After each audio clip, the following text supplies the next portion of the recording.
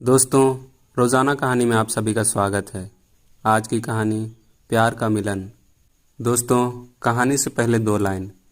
शाम के बाद मिलती है रात, हर बात में समाई हुई है तेरी याद। कुछ तन्हा होती है ज़िंदगी, अगर नहीं मिलता जो आपका साथ। मैंने उनको कभी नहीं देखा था, ना ही कभी विदेश जाने का सपना देखा था।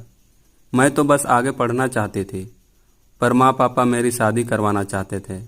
एक दिन मैंने भी गुस्से में आकर कह दिया कि अगर आप लोग मुझसे इतने ही परेशान हो तो कर दो मेरी शादी, लेकिन इंडिया में नहीं, कहीं और, जहां मैं आप लोगों से कभी न मिल सकूं। बस मेरा हाँ कहना था कि अगले ही दिन हमारे घर के एक मौसा जी मेरा रिश्ता लेकर आ गए, वो भी विदेश से। मैंने भी गुस्से में हाँ कर दी। लड़के के बारे में बिना कुछ जाने, बिना कुछ देखे, और तो और मैंने फ़ोटो देखना भी ठीक नहीं समझा। माँ पापा ने बात आगे बढ़ाई तो पता चला लड़का डॉक्टर है। अगले हफ्ते लड़के वालों का फ़ोन आ गया। मन बहुत डर रहा था कि एक तो लड़का डॉक्टर, मेरे से बिल्कुल अलग, हम दोनों का कहीं मेल नहीं था। ऊपर से बिना देखे हाँ कर दी थी। ये भी ना सोचा था कि वो काला या गोरा या फिर लंगड़ा लूल्हा तो नहीं है। अब तो ओखली में सिर दे ही दिया था, तो मुसलों से क्या डरना था। मैंने फ़ोन पर पहले लड़के की माँ से बात की, फिर लड़के से। जब उसने पहली बार फ़ोन पर हेलो बोला तो जैसे मुझे अपने वश में कर लिया। आगे उसने क्या कहा मैंने सुना ही नहीं। उसकी आवाज़ सुनते ही जैसे मेरे मन का डर कहीं छूमंतर हो गया और मुझे उसी समय उससे प्यार हो गया। फिर 6 महीने तक हम दोनों में सिर्फ फ़ोन पर ही बातें हुआ करती थी, या फिर ईमेल या व्हाट्सएप पर, लेकिन हम दोनों ने अभी तक एक दूसरे को देखा नहीं था। मई महीने में वो अपने भाई के साथ इंडिया आए, तब हमारी सगाई की तारीख पक्की हो गई थी।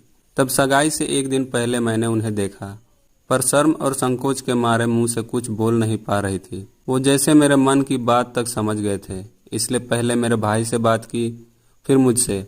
उस एक फ़ोन की बात से जो हमारा प्यार का सिलसिला शुरू हुआ, वह आज हमारी शादी के 10 साल हो जाने पर भी कायम है। आज हमारी 2 प्यारी बेटियां हैं और आज भी हम एक दूसरे की बात बिना कहे समझ जाते हैं। शायद हम दोनों का जन्मदिन भी एक ही दिन है, 7 नवंबर। इसलिए अभी तक हम ये ही मनाते हैं कि शायद भगवान ने हमें एक ही दिन 2 अलग अलग देशों में पैदा करके भी एक साथ रहने के लिए बनाया है। हाँ, और जो माँ पापा से दूर जाने की बात कही थी वो भी सच हो गई। अब मैं माँ पापा से कभी कभी ही मिल पाती हूँ, लेकिन पति और ससुराल से इतना प्यार मिलता है कि माँ पापा की कमी ज़्यादा खलती नहीं है। तो दोस्तों, आप सभी को ये कहानी कैसी लगी कमेंट ज़रूर कीजिए। अच्छी लगी तो लाइक कीजिए, दोस्तों में शेयर कीजिए, और चैनल पर नए हैं तो ज़रूर से सब्सक्राइब कीजिए।